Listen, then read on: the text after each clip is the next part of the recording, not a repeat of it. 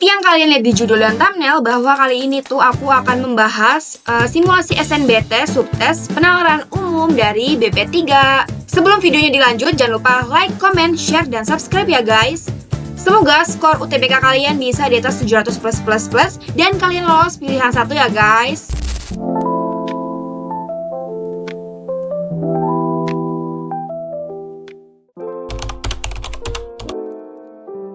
Oke guys, tanpa basa-basi lagi langsung aja kita bahas ke nomor 1. Nah, langkah pertama itu wajib banget harus baca soalnya terlebih dahulu. Nah, di sini tuh ditanya, manakah pernyataan berikut yang pasti benar? Langsung deh kalian baca ke teksnya.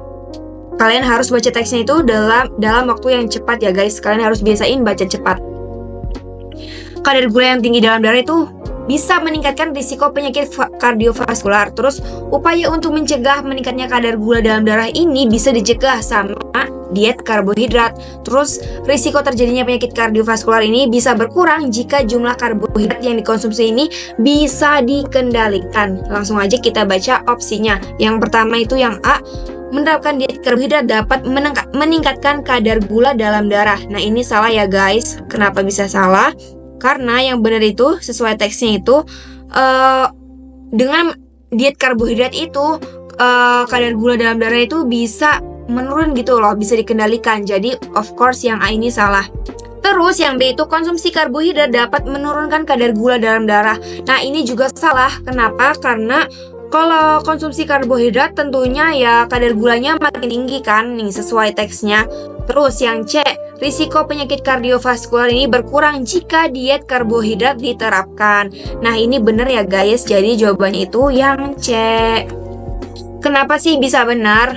Nah, ini udah sesuai sama teks ya guys. Nih, kalian bisa sendiri, risiko terjadinya penyakit kardiovaskular ini dapat berkurang jika jumlah karbohidrat yang dikonsumsi ini bisa dikendalikan. Makanya jawabannya itu yang C. Terus kita cek lagi nih pilihan jawaban yang lainnya biar lebih yakin aja gitu. Terus yang D ini menerapkan diet karbohidrat masih memiliki risiko penyakit kardiovaskular. Nah, ini juga salah karena nggak sesuai sama si teks. Terus yang E, peningkatan risiko penyakit kardiovaskular ini terjadi karena penerapan diet karbohidrat. Salah ya guys, malah kalau kita diet, penyakit kardiovaskularnya ini tuh bisa berkurang. Seperti itu guys, jadi jawabannya itu yang C. Oke guys, lanjut ke nomor 2. Seperti yang udah gue bilang, langsung aja kita baca soalnya terlebih dahulu. Manakah pernyataan berikut yang pasti salah? Langsung baca teksnya. Buah bit ini dianggap sebagai buah yang banyak memberikan manfaat karena memiliki kalori yang rendah. Namun, buah bit ini memiliki kandungan oksalat yang tinggi. Mengonsumsi buah bit terlalu banyak bisa memicu peningkatan sekresi oksalat yang berkontribusi pembentukan batu ginjal. Maka dari itu, jika memiliki batu ginjal sebaiknya tidak mengonsumsi buah bit secara berlebihan. Oke, langsung aja kita baca opsinya. Yang A, buah bit banyak dikonsumsi karena memiliki kalori yang rendah. Nah, ini benar ya guys karena ada di teks. Terus yang B, kandungan oksalat pada buah bit menyebabkan batu ginjal. Ini juga benar nih. Ada di sini. Mengonsumsi buah bit yang terlalu banyak bisa memicu peningkatan terhadap yang berkontribusi pembentukan batu ginjal. Jadi itu benar ya guys. Terus yang C, konsumsi buah bit berlebihan dapat menyebabkan gangguan pencernaan. Nah, ini benar seperti yang ada di teks. Kalian bisa lihat sendiri, ini tuh dapat memicu peningkatan sekresi oksalat yang berkontribusi pembentukan batu ginjal. Maka dari itu yang C benar. Terus yang D, konsumsi buah bit tidak akan menyebabkan gangguan kesehatan. Nah, ini salah ya guys karena ini udah ada di teksnya sendiri. Kalau mengonsumsi buah bit terlalu banyak bisa meningkatkan sekresi oksalat sehingga itu berkontribusi pembentukan batu ginjal. Jadi yang D ini salah. Lanjut, opsi yang E, walaupun dapat menyebabkan batu ginjal, buah bit tidak akan mengganggu pencernaan. Nah, ini juga benar ya guys, karena yang bisa mengganggu pencernaan ini itu kalau mengonsumsi buah bitnya itu secara berlebihan dan kalau kita itu sebelumnya mempunyai batu ginjal. Nah, ini udah di teks, kalian bisa baca lebih dalam lagi. Lanjut guys, kita bahas soal nomor 3. Nah, ini tuh kayak tipe yang ada 2 kotak gini lah. Atau kayak pilihan yang kompleks gitu. Nah, manakah pernyataan berikut yang memperlemah dan tidak memperlemah pendapat ahli psikologi kerja tersebut? Langsung aja. Nah, ini kan si informasinya. Jumlah pekerja yang berasal dari generasi milenial saat ini semakin banyak. Ahli psikologi kerja menyebutkan bahwa pekerja milenial cenderung memiliki komitmen organisasi yang rendah. Oke, langsung aja kita baca sih opsinya.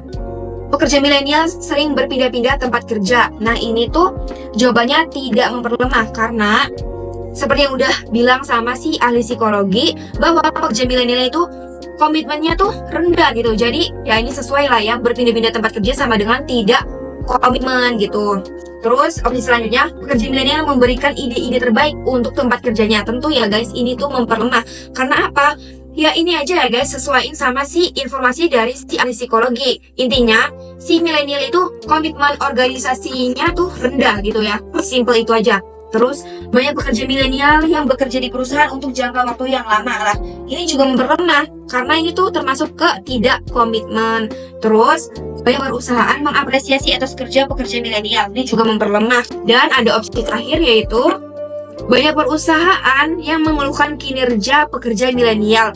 Of course ini tidak memperlemah karena lagi-lagi yang namanya mengeluhkan berarti si perusahaan ini tuh merasa bahwa generasi milenial ini tuh kerjanya tuh kurang komitmen gitu. Kurang komitmen. Jadi seperti itu guys penjelasannya. Oke, kita bahas ke nomor 4. Langsung aja kita baca soalnya. Manakah simpulan berikut yang benar? Yang benar, oke? Langsung aja kita baca teksnya. Sebagian siswa tidak meraih nilai ujian tinggi jika mereka tidak belajar dengan tekun. Kondisi tersebut terjadi ketika siswa tidak berdisiplin dalam mengatur waktu. Nah, jadi tuh maksud dari informasi ini tuh sebagian siswa ini tidak bisa meraih nilai ujian tinggi karena ada penyebab kondisinya, yaitu karena siswa itu tidak berdisiplin dalam mengatur waktu. Oke guys, langsung aja kita bahas opsinya. Yang A itu, sebagian siswa tidak meraih nilai ujian tinggi apabila berdisiplin dalam mengatur waktu. Nah ini tuh tidak sesuai ya guys. Kenapa tidak sesuai? Karena walaupun yang awalnya benar, tapi yang apabila berdisiplin dalam mengatur waktu tuh nggak sesuai karena di sini tuh ngomongnya siswa tidak berdisiplin dalam mengatur waktu. Oke, kita lanjut opsi yang B. Sebagian siswa meraih nilai ujian tinggi apabila tidak berdisiplin dalam mengatur waktu. Nah, ini tuh juga salah ya, guys. Karena di sini ngomongnya sebagian siswa tidak meraih nilai ujian tinggi. Sedangkan di sini tuh ngomongnya sebagian siswa meraih nilai ujian tinggi. Jadi ini tuh salah ya, guys. Lanjut kita bahas ke opsi yang C. Sebagian siswa tidak meraih nilai ujian tinggi apabila tidak berdisiplin dalam waktu-waktu. Nah ini benar nih guys yang C. Sesuai dengan si informasi yang udah diberikan. Jadi sebagian siswa ini nggak bisa meraih nilai ujian tinggi karena ada kondisi ketika siswa itu tidak bisa berdisiplin dalam mengatur waktu. Seperti itu guys. Nah untuk lebih meyakinkan kita bahas opsi yang D. Siswa berdisiplin dalam mengatur waktu apabila sebagian siswa meraih nilai ujian tinggi. Nah ini tuh nggak sesuai ya guys. Karena intinya tuh yang kejadian terlebih dahulu tuh yang kondisi ini dulu loh. Jadi gara-gara kondisi nggak bisa mengatur waktu, siswa ini akhirnya tidak bisa meraih nilai ujian tinggi. Oke, kita lanjut bahas opsi yang E. Siswa tidak berdisiplin dalam mengatur waktu apabila sebagian siswa meraih nilai ujian tinggi. Ini tuh salah ya guys. Jadi yang kejadian pertama itu sebagian siswa ini tidak bisa meraih nilai ujian tinggi karena sebagian siswa tidak bisa mengatur waktu. Oke, kayak gitu ya guys.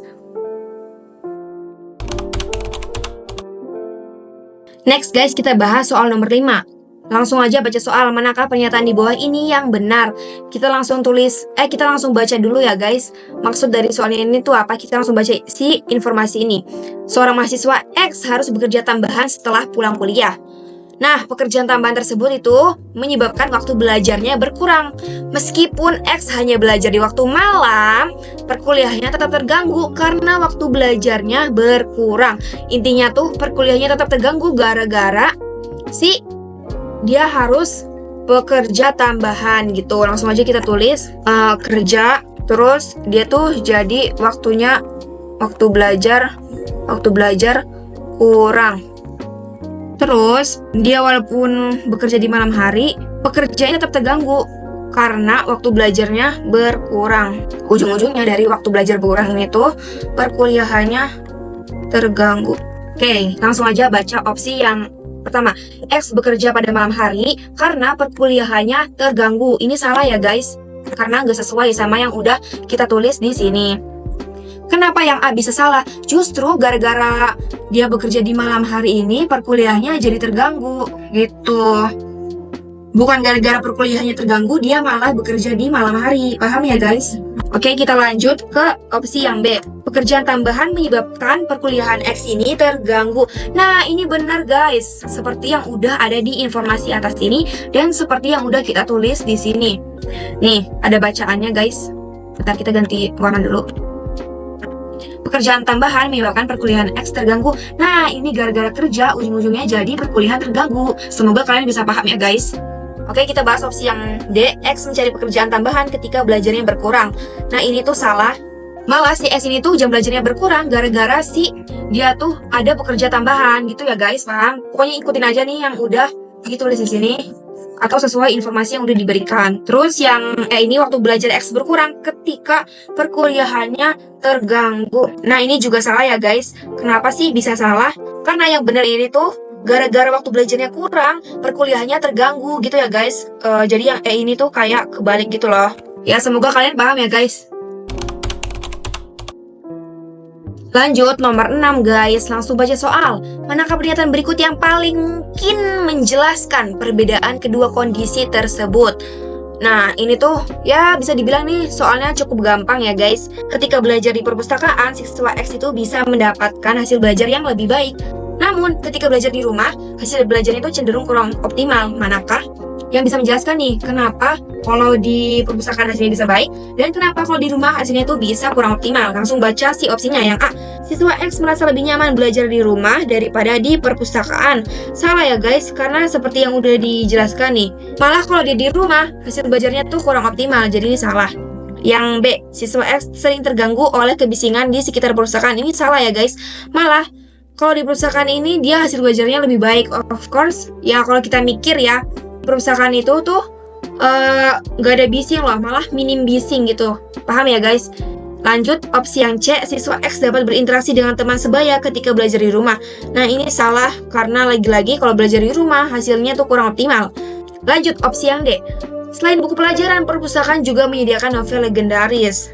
Nah, ini tuh nggak ada hubungannya juga. Dan yang terakhir, perpustakaan menyediakan lebih banyak buku pelajaran. Nah, ini benar karena lagi-lagi gara-gara si X ini belajar di perpustakaan, hasil belajarnya lebih baik. Nah, ini benar-benar yang paling masuk akal dan yang paling memungkinkan jawabannya. Oke, semoga kalian paham. Kita next ke soal nomor 7. Oke, kita bahas soal nomor 7. Baca soal, manakah pernyataan berikut yang paling tepat mengenai data tersebut? Nah, ini tuh udah aku pernah bahas satu kali di video tentang cara aku dapat skor 713 di subtes PU. Mungkin yang belum lihat, kalian bisa lihat ya guys. Langsung aja kita bahas. Karena di sini ada kata data, langsung aja. Data menunjukkan penggunaan mobil listrik masih belum meningkat karena harganya yang mahal. Terus kita kaitin sama si pakarnya. Kira-kira ini tuh bakalan memperkuat, memperlemah, atau tidak relevan. Di sini pakar A itu tuh bilang, walaupun ramah lingkungan, mobil listrik masih membutuhkan energi batu bara. Terus pakar B bilang kalau penggunaan mobil listrik ini efektif mengurangi tingkat polusi ibu kota. Nah, sedangkan datanya itu ngomong kalau penggunaan mobil listrik masih belum meningkat karena harganya yang mahal. Sedangkan pakar A sama pakar B itu nggak ada yang bahas mengenai harga. Jadi kira-kira apa nih ya guys jawabannya? Yap, benar banget. Jawabannya ini yang E. Semoga kalian paham. Oke, kita bahas soal nomor 8 ya guys. Nah, di antara kelima siswa tersebut, siswa mana yang paling berprestasi? Langsung aja kita lihat teksnya, baca cepat aja pokoknya. Ditentukan nilai capaian akademik dan nilai keaktifan. Terus si nilai akademiknya nih kalian harus perhatiin. Nilai akademiknya dia ngomong bobotnya tuh 60%. Sedangkan kalau nilai keaktifan tuh cuma 40%. Langsung deh kita lihat si tabelnya. Pokoknya kalau gue sendiri tuh ketemu soal gini tuh kita harus lihat dari si bobot yang paling banyak. Karena di teksnya ngomong yang paling banyak itu akademik 60%. Jadi kita cari nih, kira-kira di sini angka yang paling gede tuh yang mana? Oh, si S nih ternyata dia tuh angkanya 10. Jadi ya otomatis dia punya capaian akademiknya tuh lebih tinggi. Walaupun aktifannya itu tuh 8. Jadi jawabannya itu yang D, guys. Ya pokoknya sesimpel itu ya guys. Kalian tuh harus lihat dari si bobot capaiannya yang paling besar. Kalau akademik yang paling besar ya udah cari di sini yang paling gede itu yang mana. Intinya tuh sesimpel itu, nggak usah ribet.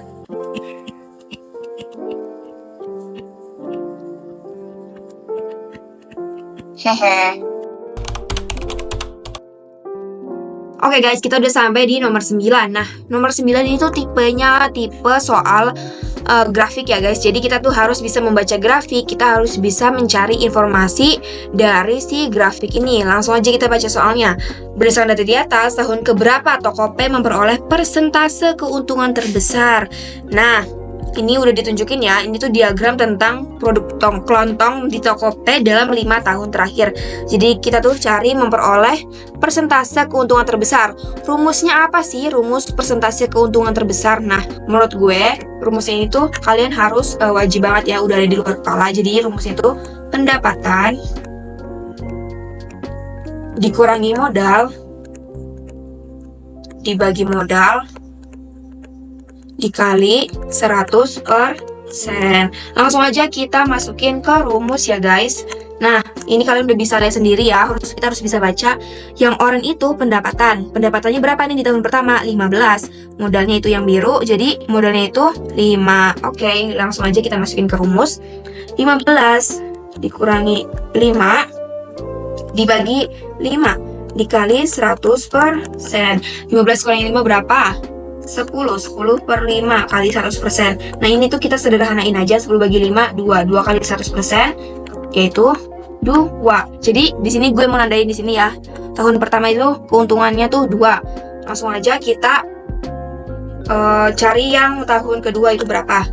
Berarti 20 dikurangi 10 dikali 100%. Jadi ini 10 kali 100%. Jadi 10 bagi 10 itu 1 kali 100%.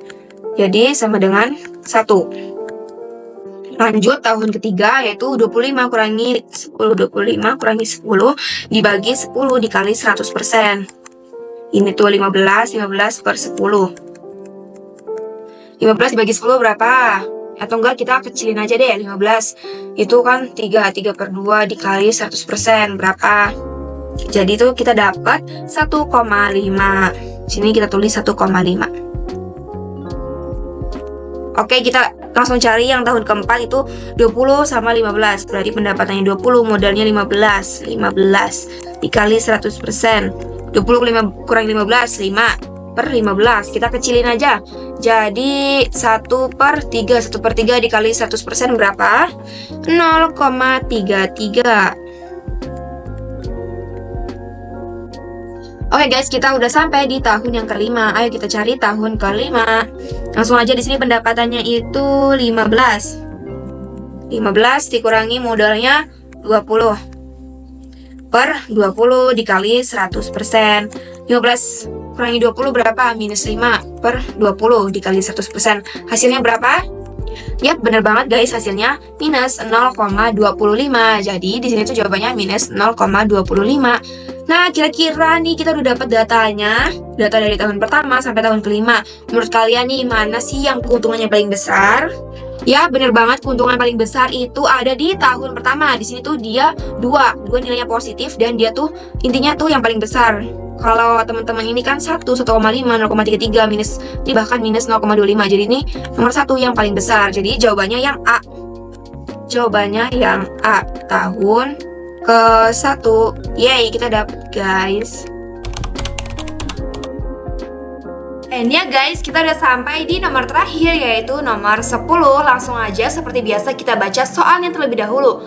Jika tren kunjungan tersebut bersifat konstan itu tetap. Berapa jumlah siswa berkunjung ke perpustakaan pada hari ke-6?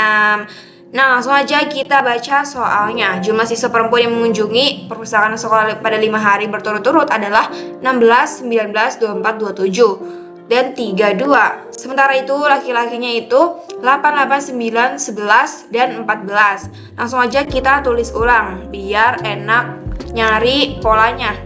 Sorry ya guys kalau tulisan gue tuh jelek. 16, 19, 24, 27, terus 32. Nah ini kan hari pertama, hari kedua. Nih maksudku ini hari pertama, salah guys. Nah ini hari pertama, hari kedua, hari ketiga, hari keempat, hari kelima. Berarti kita suruh nyari hari ke-6. Terus yang laki-laki itu tuh 8, 9, 11, 14. Oke, langsung aja kita hitung dari pola yang perempuan dulu. Nah kira-kira ini tuh polanya gimana ya? Apakah ini tuh langsung kayak gini atau loncat ke sini atau loncat ke sini?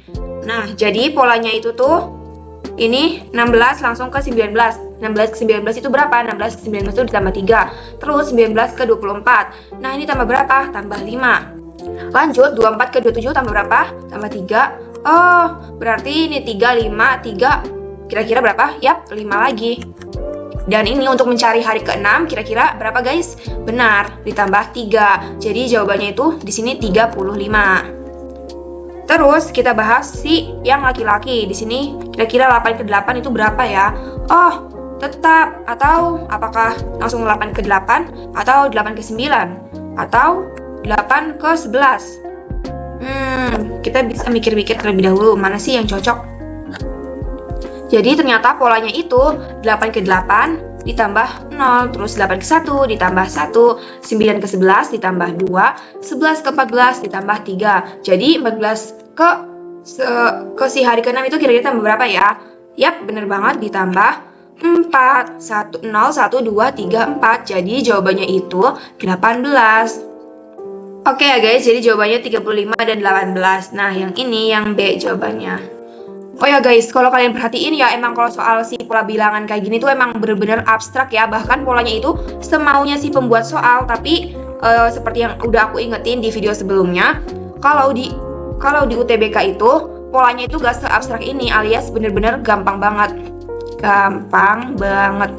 Kayak misalnya, oke guys, ini gue mau kasih tahu kalian dulu contoh soal yang bener-bener gampang keluar di UTBK tuh gimana sih. Nah, segampang ini guys, pola bilangan yang keluar di UTBK. Misalnya kayak gini, 22, habis itu di sini 20, habis ini tuh di sini 24, habis ini di sini 24, habis itu di sini 26, habis itu 28. Nah, ini polanya gimana? Yang udah aku bilang sebelumnya. Contohnya tuh kayak loncat 1 atau enggak loncat 2. Nih, 22 ke 24 ini berapa? Yap, ditambah 2. 24 ke 26 ditambah berapa? Tambah 2. Jadi, untuk mencari bilangan selanjutnya itu ya ditambah 2 juga. Jadi, hasilnya 28. Kayak gitu guys, gampang banget kan? Oke guys, mungkin segitu aja yang bisa gue share pada video kali ini. Semoga video ini bisa bermanfaat. Dan jangan lupa ya guys, kalau menurut kalian ini videonya bermanfaat, jangan lupa di like, comment, share, dan subscribe ya guys. Oh iya, kalau pembahasan gue atau ya penjelasan gue ini ada yang nggak bikin kalian paham atau ada yang kurang jelas, kalian bisa langsung tanyain aja di kolom komentar ya guys.